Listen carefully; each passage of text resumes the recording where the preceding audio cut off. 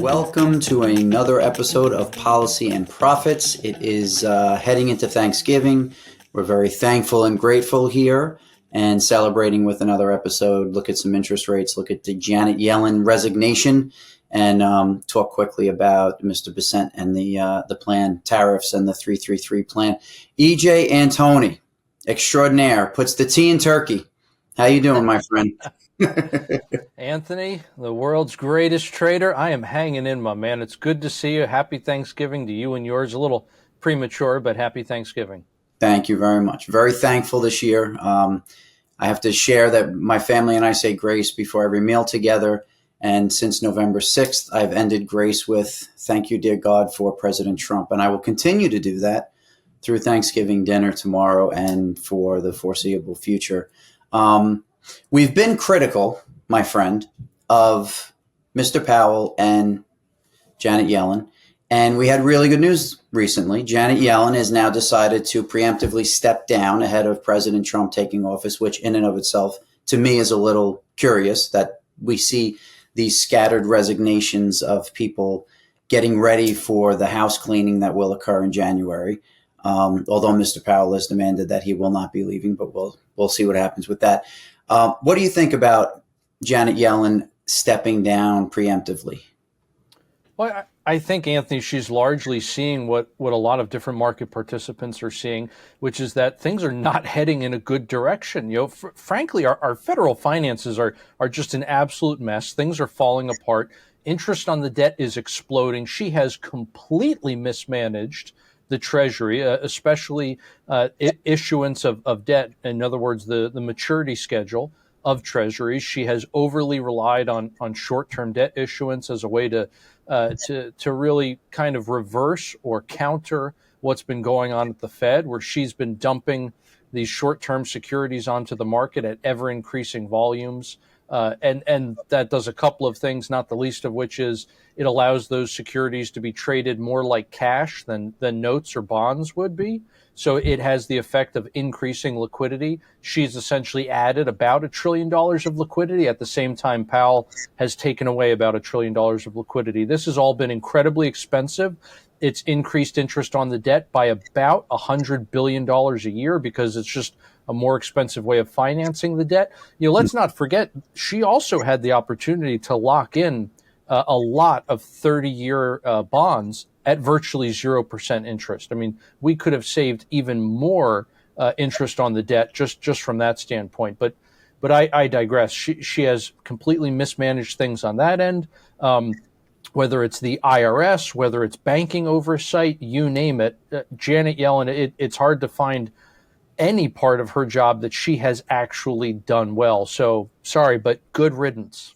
So we'll get to the debt maturity and the yield curve in a second, because I think that's massively important. But the manipulation of that curve, the mismanagement of fiscal policy has led to inflation that's been the worst in over 40 years. Mm-hmm. Let's take I just want to take a second, look at some clips, because I don't quite remember if she really had a grip on what transitory or non-transitory inflation was, or what we were heading into, you know, two to 3 years ago. Let's take a look at what she had to say before we judge. Let's go to the videotape and let's see where she was at. I really doubt that we're going to see an inflationary cycle. Is there a risk of inflation? I think there's a small risk, and I think it's manageable. I don't anticipate that inflation is going to be a problem, but it is something that we're watching very carefully. Yeah, we're watching it. We're watching it go up. That's what we're watching. I mean, my goodness. Yeah,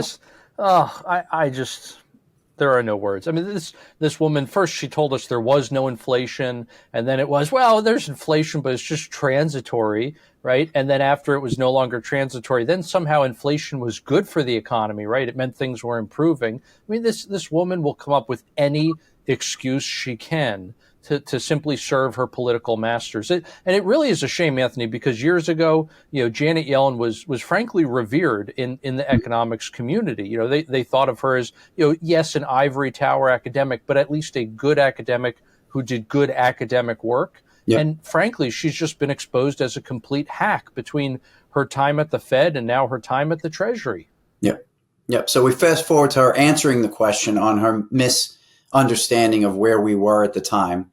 I think the blank face says it all and shows the shift in her abilities, her intellect, and her direction. So let's take a look at that quickly.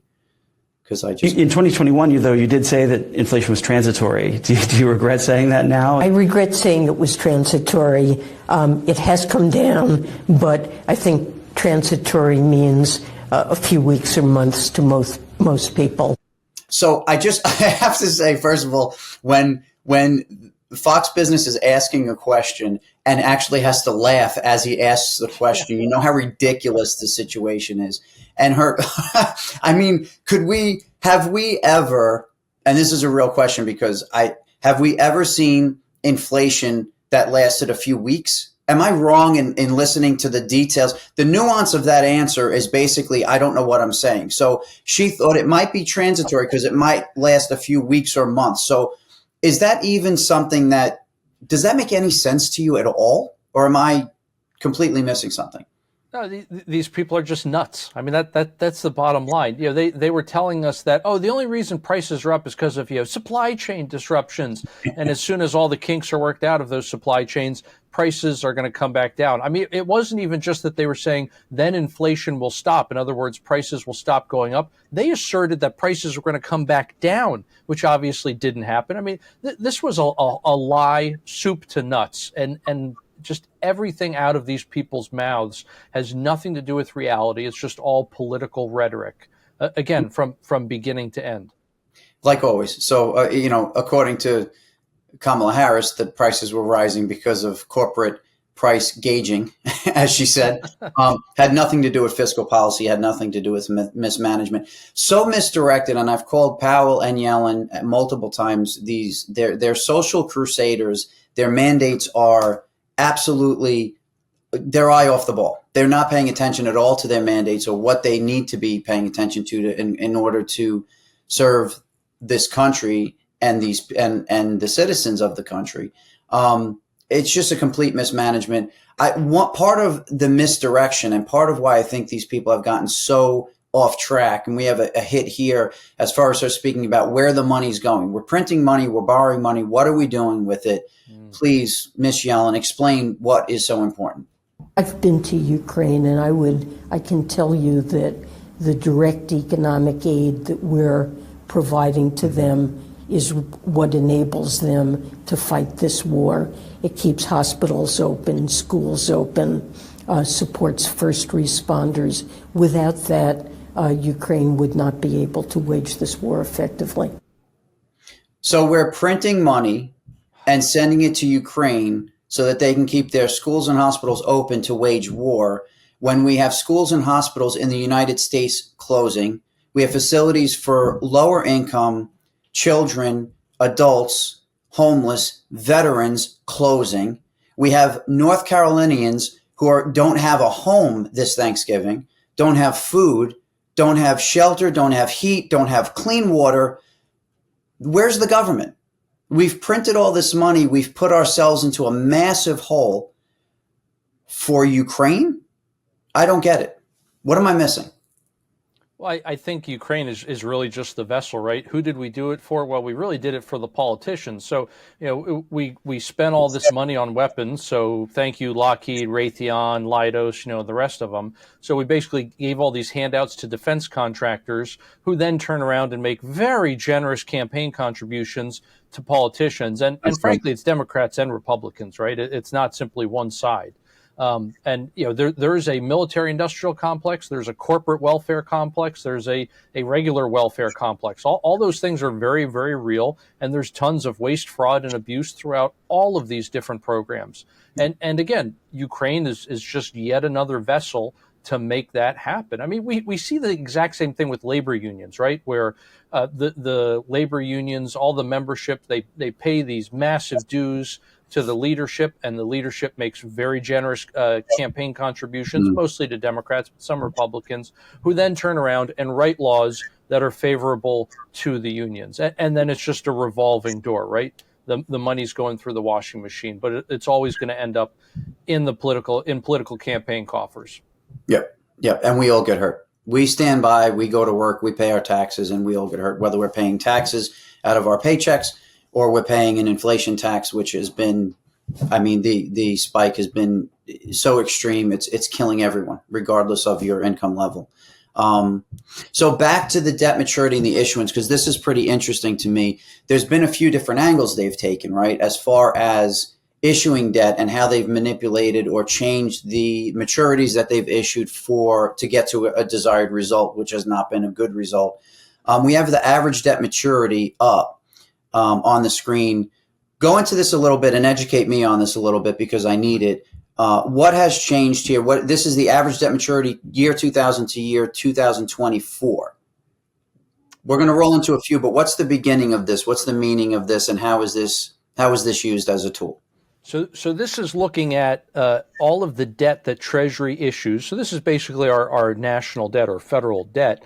But I mean, that can be anything from debt that's literally only a few weeks long, right? Those Treasury bills up to a year. And then you have notes, the 2-year and the 10-year are very common ones. And then you have 20-year, 30-year bonds, the longer end of that maturity schedule. So what we've basically seen is, you can tell there, it rises coming out of the global financial crisis, and then it basically flatlines for many, many years. There's a huge dip during COVID, and the reason for that is because the Treasury just has to flood the market with bills in order to try to raise all this revenue. And the thinking there that Mnuchin had in his head was, okay, we have no idea what tax revenue is going to look like over the next year. Okay. So we're going to float a ton of Treasury debt that's only going to be about a year long, right? Those 52-week T-bills, maybe some 2-year notes, whatever the case may be.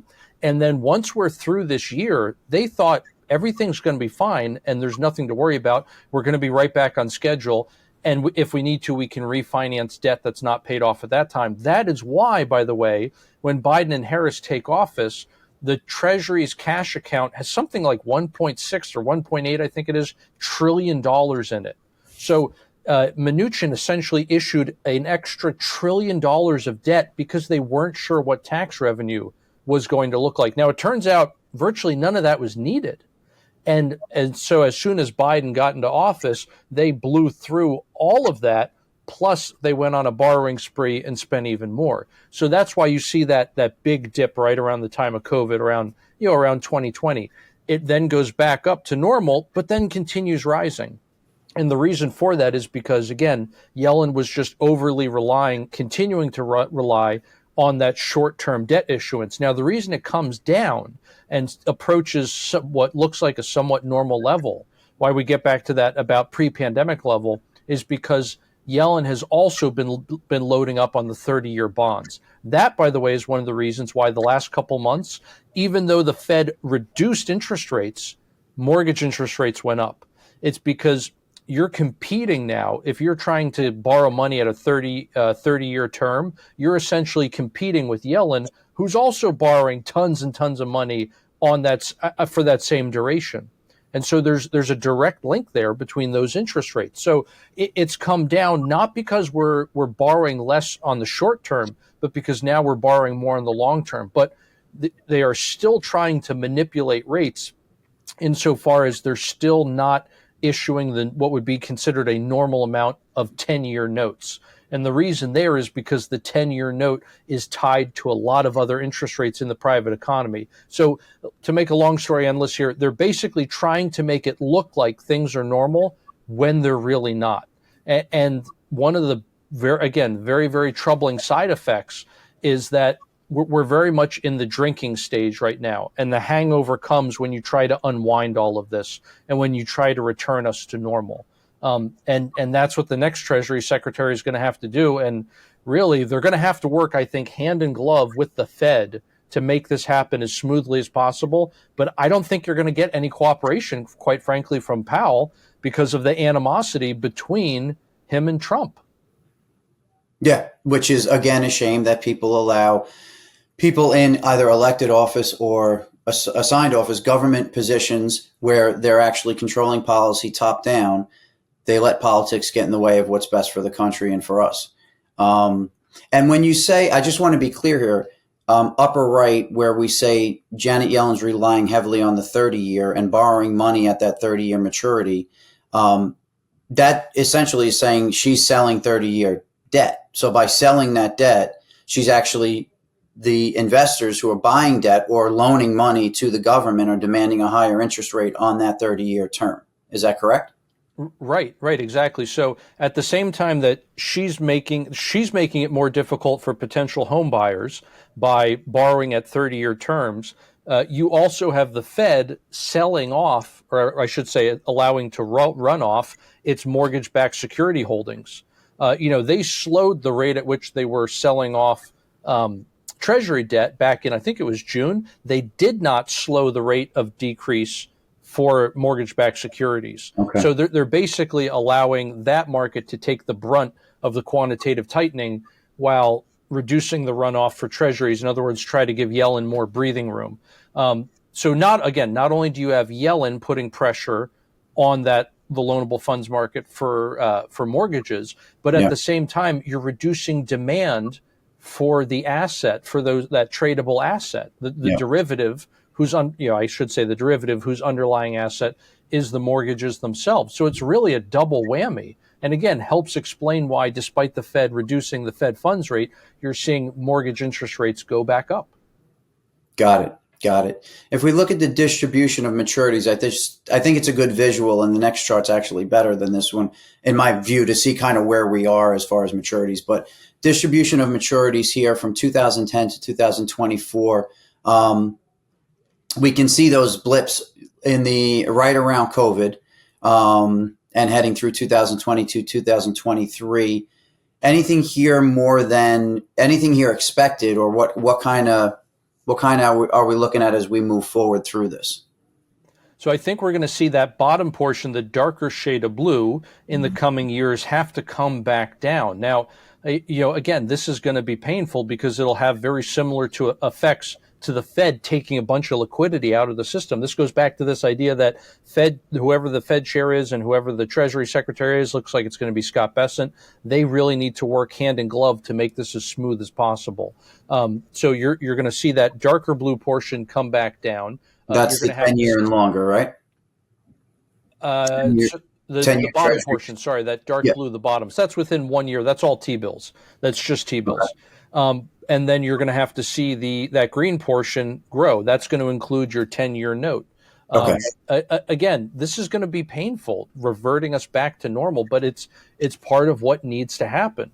Now, one thing I think is really interesting, the topmost portion of this graph, that lighter shade of blue, that's more than 10 years. So that's all your bonds, right? That includes the 20 and 30 year. I would not be surprised if this new instrument being talked about, the 50-year, actually comes into being. This is something that Mnuchin, to his credit, wanted to do during COVID. Now, to be clear, I'm not a Mnuchin fan, at all. All right. But his idea of, hey, rates are near zero right now, we can lock in 50-year bonds. That was a really smart move, and they should have done it, but they didn't. Now, one of the things being talked about is a 50-year bond that essentially has you could say it's a gold call option, where the owner of the bond has the option at maturity to either take dollars or take gold. And so if the dollar has seriously devalued against gold during that 50-year period, they can just take the gold. And now all of a sudden, or I should say gold or the dollar equivalent in gold. So now all of a sudden you have a new kind of inflation protection, much better, I would say, than I bonds or TIPS would be. Yes. It's exactly what I was going to say. So you almost have a built-in inflation protection in those bonds. Right, exactly. So if that kind of thing becomes reality, then you're going to see that topmost portion of this graph, that light blue, the share is going to really, really increase. And it would help drive down yields. I actually really like this idea. I think it would help drive down yields across the entire yield curve. The reason being is that everyone's going to realize, all right, this puts the federal government really in a box where they're forced now to keep inflation down, because if they have so much debt that's inflation protected, they don't really save much in real terms by inflating away the value of the debt. And so now I have confidence not only in that 50-year bond, but in the 20 and 30-year bond, and even in the short-term notes and bills. I have much more confidence that I'm not going to get back inflated money. And so I'm not going to demand as high of a yield. That reduces borrowing costs, which immediately helps reduce the deficit, which in turn reduces inflationary impulse. So I really see this as a win-win. I don't know if it's something that Scott Bessent is actually going to be able to get across the finish line, but I hope it is. Okay, so what ideally here is to recap that, because that was really fantastic. The notes, the shorter term, the light blue on top, we should see the share of maturities outstanding there shrink, and we'd love to see something like that 50-year T-bill that's inflation protected increase that bottom dark blue area greater than 10 years in maturity, so that we can actually have an inflation protected asset or investment, which would kind of keep the government in line and have less short-term debt being rolled out and rolled out and rolled out continuously as a source of actually funding the government, but funding inflation or fueling inflation at this point. Is that fair? A fair recap on the angle? Right. Yeah, that bottom portion, that darker shade of blue, I think we're going to see that come back down, and that upper portion, that lighter shade of blue, we'll probably see that continue to increase. But this time, I think it'll actually be increasing for the right reasons, hopefully. Okay. All right. Fair enough. Gross issuances of U.S. Treasuries. This chart blows me away. Quarterly basis from 2000 to 2024. We can see right there the bills and the notes, really the bills, those short-term debt really taking over the issuances from 20 to 24. So under the Biden-Harris administration, under Yellen, this has really been a source of the problem, as you said.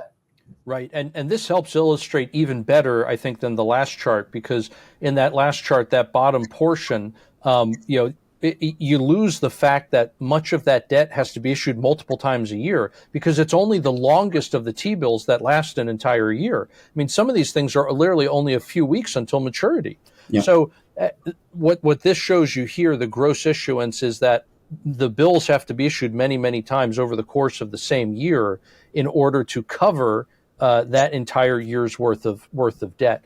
And so you're constantly subject then to fluctuations in interest rates. You're constantly subject to whatever the latest yield on treasuries happens to be. And unfortunately, that's continuing to march higher.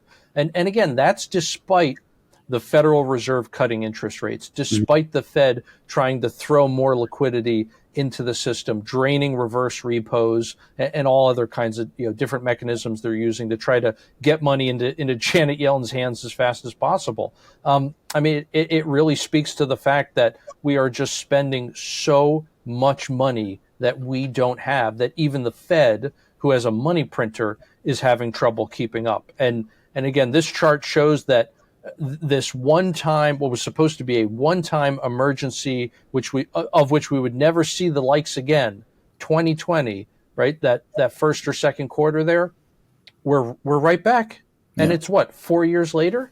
Yeah. Interesting. All right.